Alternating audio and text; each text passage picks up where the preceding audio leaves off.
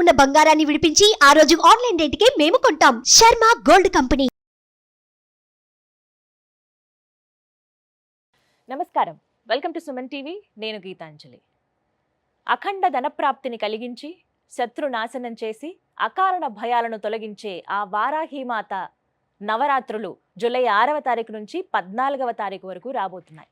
అసలు ఈ గుప్త నవరాత్రులను ఎవరెవరు ఆచరించవచ్చు, అమ్మవారిని ఎలా ఆరాధించాలి, ఏ విధమైన పూజను చేయాలి, ఎటువంటి నైవేద్యాలు అమ్మవారికి సమర్పించాలి, ముఖ్యంగా నవరాత్రులు అంటే 9 రోజుల పాటు ఒక్కొక్క రోజు అమ్మవారిని ఏ విధంగా ఆరాధించాలో మీకు తెలియజేసే ప్రయత్నం చేస్తున్నాం. ఇప్పటివరకు ఈ వీడియో అంటే ఇటువంటి ఇన్ఫర్మేషన్ మీరు ఎక్కడ చూసి ఉండరు. వారాహి అమ్మవారిని ఎలా పూజించాలి ఇవి మాత్రమే మీకు తెలిసి ఉంటుంది. కానీ ప్రత్యేకంగా మీకు చాలా విలువైన సమాచారాన్ని అందించాలనే ఉద్దేశంతో ఈ కార్యక్రమాన్ని ఏర్పాటు చేశాం. అమ్మవారి గురించి అలాగే ఏ విధంగా మనం అమ్మవారిని ఆరాధించాలో ఈ విశేషాలు తెలియచేయడానికి ప్రస్తుతం మనతో పాటు ఉన్నారు ప్రముఖ జ్యోతిష్యులు నందిబట్ల శ్రీహరి శర్మ గురువు గారు. వారితో మాట్లాడి మరిన్ని విషయాలు తెలుసుకుందాం. గురుగారు నమస్కారం అండి. వాగర్థ వివసంపృక్తౌ వాగర్థ ప్రతిపత్తయే జగతః పితరౌ వందే పార్వతీ పరమేశ్వరౌ. సదాశివసమారంభాం శంకరాచార్య మధ్యమాం అస్మదాచార్య పర్యంతం వందే గురు పరంపరాం. ఆదిత్యాయ చ సోమాయ మంగళాయ బుధాయ చ గురుశుక్ర శనిభ్యశ్చ రాహవే కేతవే నమః. శృంగేరి పీఠాధిపతులకి కంచి పీఠాధిపతులకి నమస్కారములు తెలియజేసుకుంటూ కార్యక్రమాన్ని ప్రారంభిద్దాం. గురుగారు, వారాహి నవరాత్రులు ఇక్కడ అంటే ఎక్కడ విన్నా ఇప్పుడు ఇవే అమ్మవారి గురించే వినిపిస్తోంది. జూలై 6వ తారీఖు నుంచి 14, 15వ తారీఖుతో ముగుస్తున్నాయని చెప్తున్నారు. అయితే అమ్మవారి ఉగ్రదేవత, ఆవిడ్ని పూజించే విధానం చాలా ప్రత్యేకంగా ఉంటుంది. పూజ చేయాలంటే ఇన్ని నియమాలు పాటించాలని రకరకాలుగా అందరూ చెబుతూ ఉన్నారు. అయితే మీరేమైనా చెప్తారు? ప్రధానంగా అమ్మవారిని అసలు ఎలా పూజించాలి? అమ్మవారు ఉగ్రదేవత కాబట్టి శాంతించే రకంగా పూజ చేయాలా, ఇంట్లోనే పూజ చేసుకోవచ్చా, కేవలం ఆలయాల్లో చేయాలా, ఇంట్లో చేస్తే ఎలా చేయాలి, అసలు ఎవరు పూజను ఆచరించాలి, మహిళల పురుషుల, ఇలా ఎన్నో సందేహాలు ఉన్నాయి. వాటిని నివృత్తి చేయగలరు? తప్పకుండానమ్మా. వీక్షించేటువంటి సుమన్ టీవీ ప్రేక్షకులుగా గమనించాల్సిన అంశం ఏంటంటే, ఈ కార్యక్రమంలో వారాహి అమ్మవారి యొక్క సమగ్రమైనటువంటి వివరణ మీకు అందివ్వడం జరుగుతుంది. ఇంతవరకు సుమన్ టీవీ ప్రేక్షకులు చాలా అదృష్టవంతులు అని చెప్పవచ్చు. ఎందుకనంటే ఇంతవరకు ఏ ప్లాట్ఫామ్ మీద కూడా సోషల్ మీడియాలో చాలా విషయాలు చెప్పుకోలేదు. కానీ మనం ఈ కార్యక్రమంలో అమ్మవారికి సంబంధించినటువంటివి చాలా విషయాలు మనం తెలుసుకోబోతున్నాం. అమ్మవారికి ఇప్పటి వరకు మీరు కని విని ఎరగనటువంటి, అనగా చాలా పురాణాల్లో రహస్యోక్తంగా అమ్మవారిని పూజించిన వారు ఏ ఏ పదార్థాలతో పూజించారు, నైవేద్యం పెట్టారు, ఏ విధంగా అర్చన చేసుకున్నారు, ఏ ఏ విధంగా అమ్మవారిని ఉపాసన చేశారు, ఎటువంటి ఫలితాలు పొందారు అనేటువంటి విషయాన్ని ఈ రోజున నాకు అమ్మవారు పలికించినటువంటి జ్ఞానాన్ని వీక్షించే ప్రేక్షకులు, మన సుమన్ టీవీ ప్రేక్షకుల కోసం తెలియజేస్తున్నానమ్మా. ఇక్కడ ప్రధానంగా వారాహి దేవత అమ్మవారు ఎవరు అనంటే భండాసురుడిని సంహరించడం కోసమై అమ్మవారు సృష్టించినటువంటిది. అంటే లలిత అమ్మవారి స్వరూపమే దుర్గా, రాజశ్యామల, దండనాయిక ఈ వారాహి అమ్మవారు. ఈ వారాహి అమ్మవారికి సంబంధించి అంటే మనకు వరాహ రూపంలో మనకు స్వామి మనకు తెలుసు, వరాహ స్వామి అని. స్త్రీ రూపముగా వారాహి అంటే ఇక్కడ మీరు గమనించాల్సిన అంశం ఏంటంటే లక్ష్మీనారాయణ స్వరూపం, లక్ష్మీ స్వరూపం అమ్మవారు. విష్ణు భగవానుడు వరాహం అయితే లక్ష్మీ స్వరూపము వారాహి. అందుకే అమ్మవారికి లక్ష్మీ సహస్రనామాల్లో వారాహి, ధరణి, ధ్రువ అనే సహస్రనామాల్లో ఒక పేరు. కాబట్టి సాక్షాత్తు లక్ష్మీ స్వరూపము వారాహి అమ్మవారు. ఈ అమ్మవారిని కొలిచినటువంటి వారికి శత్రు నిర్మూలన, కోర్టు కేసులు నివారించడం, ముఖ్యంగా ధైర్యం వస్తుంది. ముఖ్యంగా ఈ సస్యాధిపతి అమ్మవారు, ఆషాఢ మాసం కదా, రైతులందరూ పొలం దున్నుకుంటారు. ఇది సస్యాధిపతి, పంట పొలాల్లో పంటలు బాగా పండుతాయి అమ్మవారిని పూజించిన రైతులకి. అలాగే అన్నిటికంటే మించి శత్రుంజయము. మన కోసం మన మీద ఎవరైతే శత్రువులు ఉంటారో, మన మీద ఏదైనా చెయ్యాలని చెప్పి ఆలోచించేస్తారు కదా, కుట్రలు, ఆ కుట్రలు చేయలేకపోతారు వాళ్ళు. అంతటి శక్తివంతమైనటువంటిది ఈ వారాహి అమ్మవారు. అన్నిటికంటే మించి ధనప్రాప్తిని విశేషంగా కలగజేస్తుంది వారాహి అమ్మవారు. కాబట్టి ఈ వారాహి అమ్మవారిని ఎవరు చేసుకోవచ్చు అనంటే, ఈ అమ్మవారి నవరాత్రులకు సంబంధించి గుప్త నవరాత్రులు పేరులోనే రహస్యం అని, గుప్తం అంటే రహస్యం.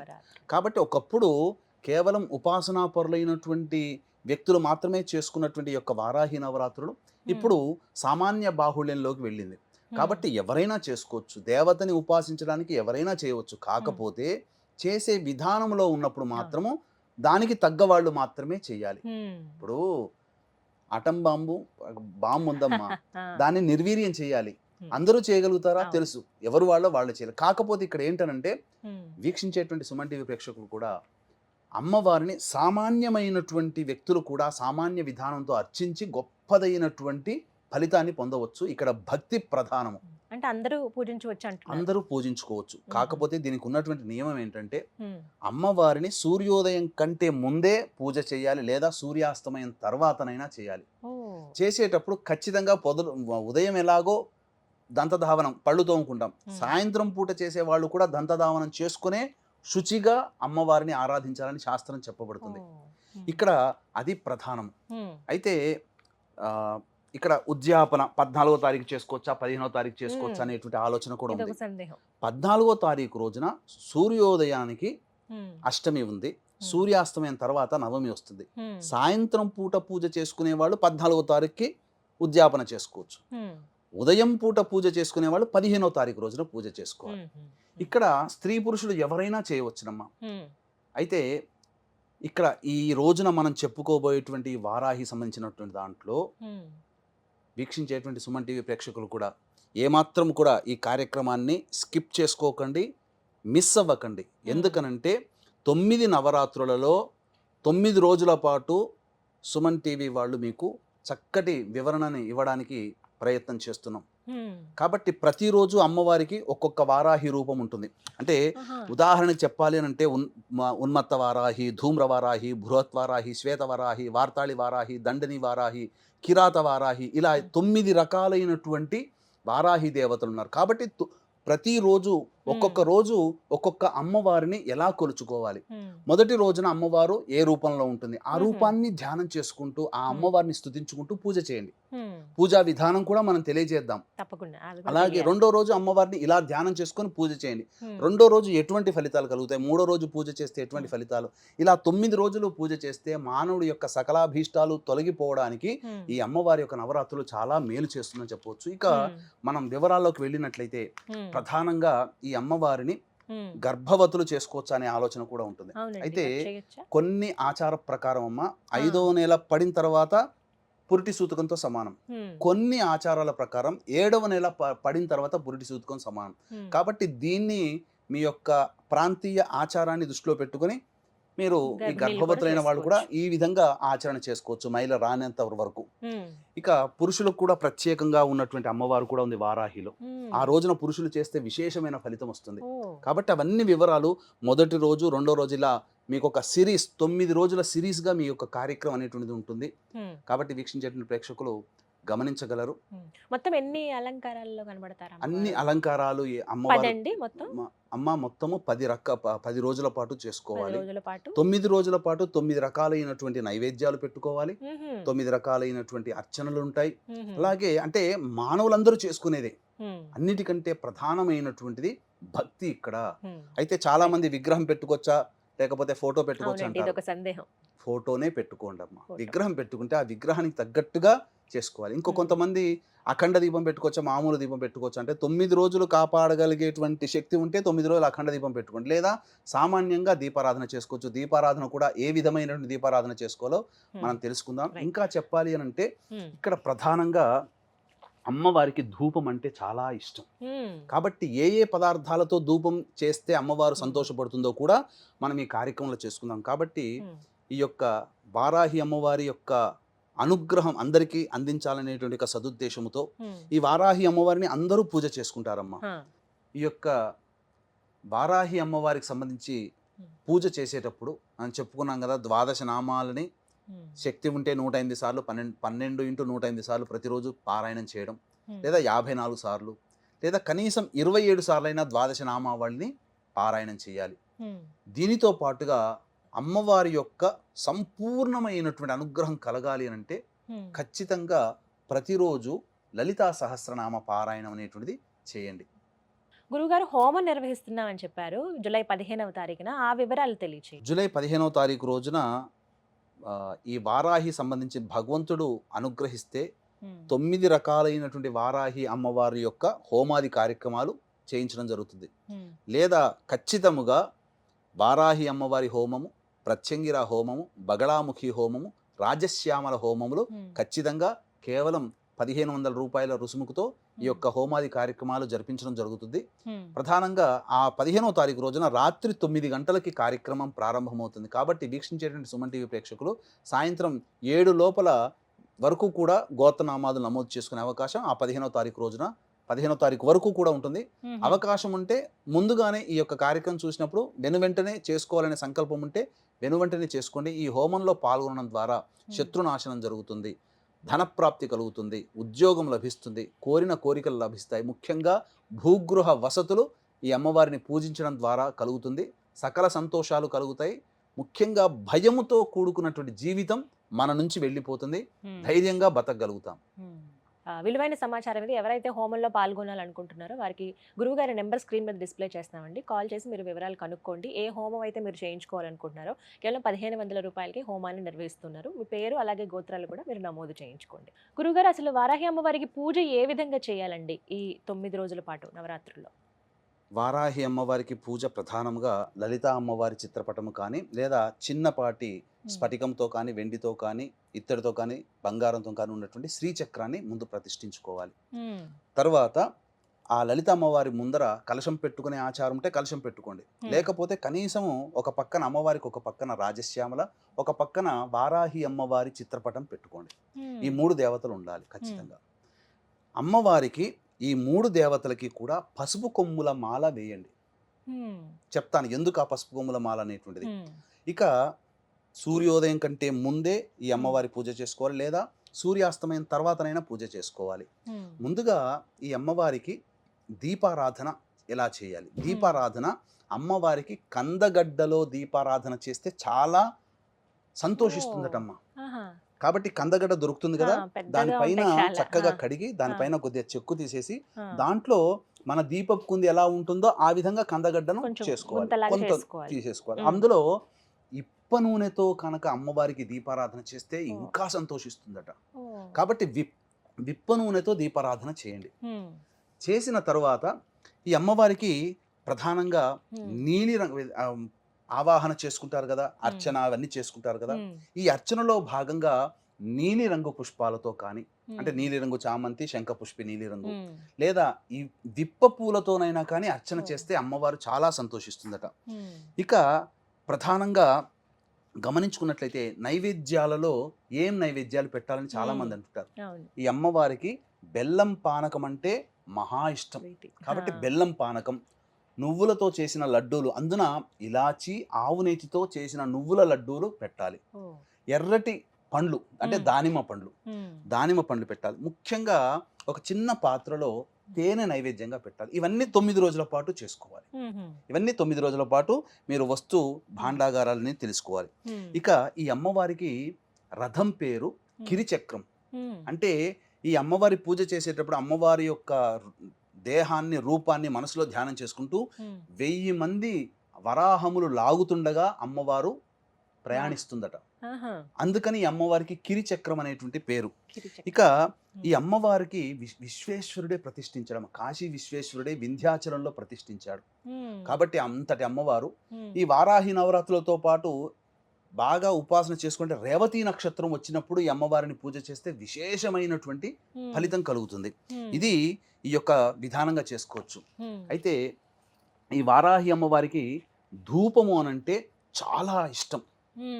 ఏ ఈశ్వరుడికి అభిషేకం అంటే ఇష్టం, వెంకటేశ్వరుడికి పుష్పార్చన అంటే ఇష్టం, అమ్మవార్లకి ఏ అమ్మవారికైనా ధూపం అంటే చాలా ఇష్టం. ప్రత్యేకించి ఒక్కొక్క అమ్మవారికి ఒక్కొక్క రకమైన ధూపం చేయాలి.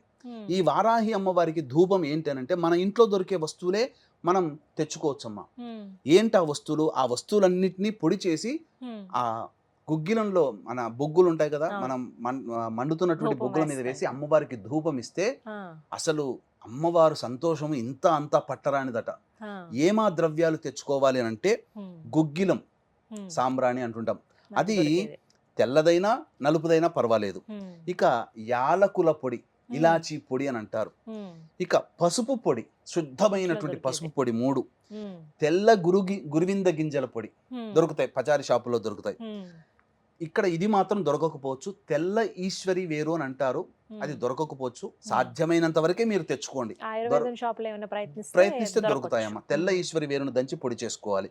ఇక తెల్ల జిల్లేడు పువ్వుల పొడి, తెల్ల జిల్లేడు పువ్వుని తెచ్చుకొని దాన్ని నీడను ఆరబెడితే పొడి చేసుకోవచ్చు. ఇక మిరియాల పొడి, కారం పొడి, శొంఠి పొడి, ఇవన్నీ వేసి అమ్మవారికి ధూపం ఇవ్వాలి.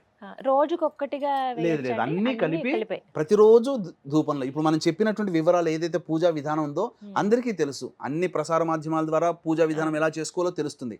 మనం ప్రత్యేకించి ఈ యొక్క సంబంధించినటువంటిది ఈ యొక్క ధూపం వేయాలి. అయితే అమ్మవారికి ద్వాదశ నామావళి అని ఉంది. ఆ ద్వాదశ నామావళి చాలా ప్రీతికరం అమ్మవారికి. శక్తి ఉందనుకోండి, ఆ ద్వాదశ నామావళిని రోజుకి 108 సార్లు పారాయణం చేయండి, లేదు 54 సార్లు అయినా పారాయణం చేయండి.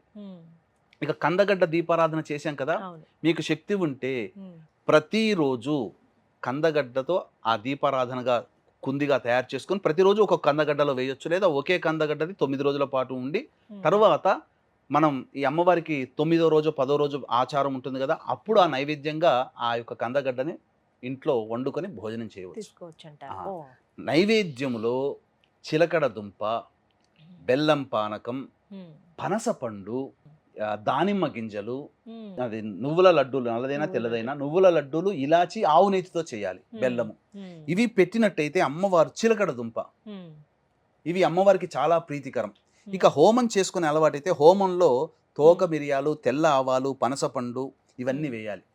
ఇక అమ్మవారికి తాంబూలం సమర్పించేటప్పుడు పచ్చకర్పూరం, జాపత్రి, జాజికాయ, ఇలాచి, లవంగాలు, ఇలా సుగంధ ద్రవ్యాలు, జవ్వాది, ఇలా కలిపి, జవ్వాది పొడి ఉంటుంది, కలిపి అమ్మవారికి తాంబూలం పెట్టి తర్వాత మీరు చేసుకున్నటువంటి ఆ పదార్థాలు ఏదైతే ఉన్నాయో ఆ తాంబూలం పూజ చేసుకున్న వాళ్ళు సేవనం చేయొచ్చు, నైవేద్యం కూడా అందరూ తినవచ్చు.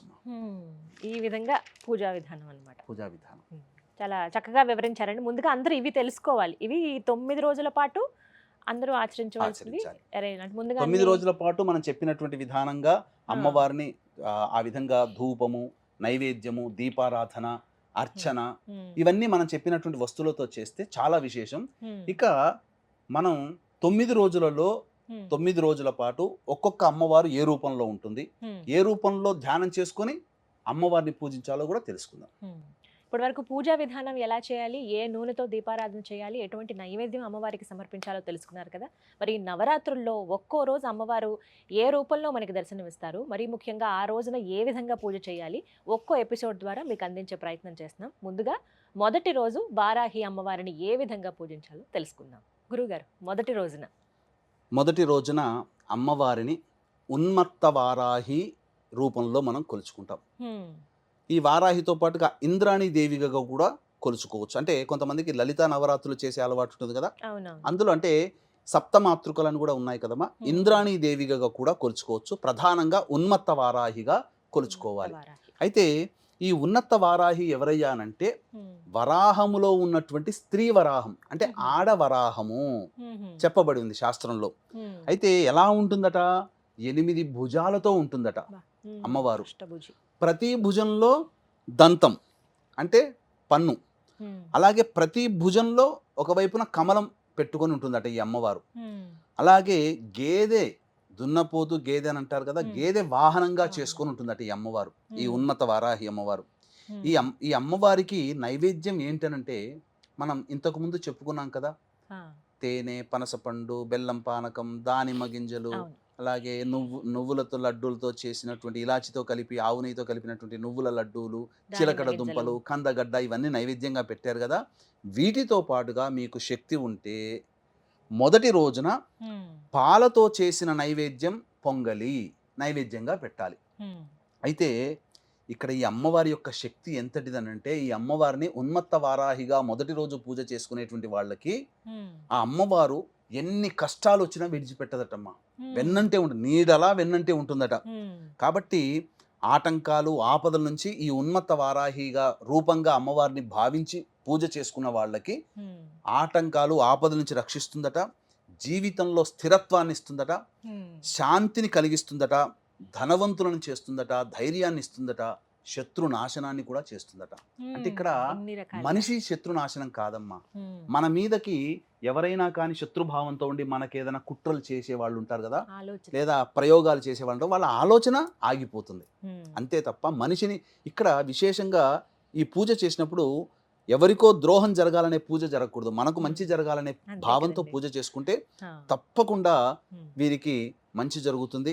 ఈ ఉమ్, విధంగా ఉన్మత్త వారాహి రూపంలో మొదటి రోజున ఎవరైతే కొలుస్తారో ఉమ్, వారికి ఆ అమ్మవారు నీడలాగా వెంటాడి రక్షిస్తుంది అని చెప్పడంలో ఏమాత్రం సందేహం లేదని చెప్పవచ్చు. Hmm. అలాగే వీక్షించేటువంటి ప్రేక్షకులు 15వ తారీఖు రోజున వరాహ అమ్మవారికి సంబంధించినటువంటి హోమాది కార్యక్రమాలు 1500 రూపాయలకే నమోదు చేయించడం జరుగుతుంది. ఉమ్. అవకాశం ఉన్న వాళ్ళు కార్యక్రమ తదనంతరం కాంటాక్ట్ చేయండి. అలాగే ఎవరైతే నవరాత్రులు పూర్తి చేసుకుంటారో అమ్మవారిని వారాహి అమ్మవారిని కొలుచుకుంటారో ఇలా మొదటి రోజు నుంచి 9 రోజుల పాటు చివరి రోజున గురువుగారు హోమం తలపెడుతున్నారు. ఆ కార్యక్రమంలో మీరు పాల్గొనాలనుకుంటే స్క్రీన్ మీద కనపడుతున్న నెంబర్స్కి కాల్ చేసి మీ పేరు గోత్రాలు నమోదు చేయించుకోండి.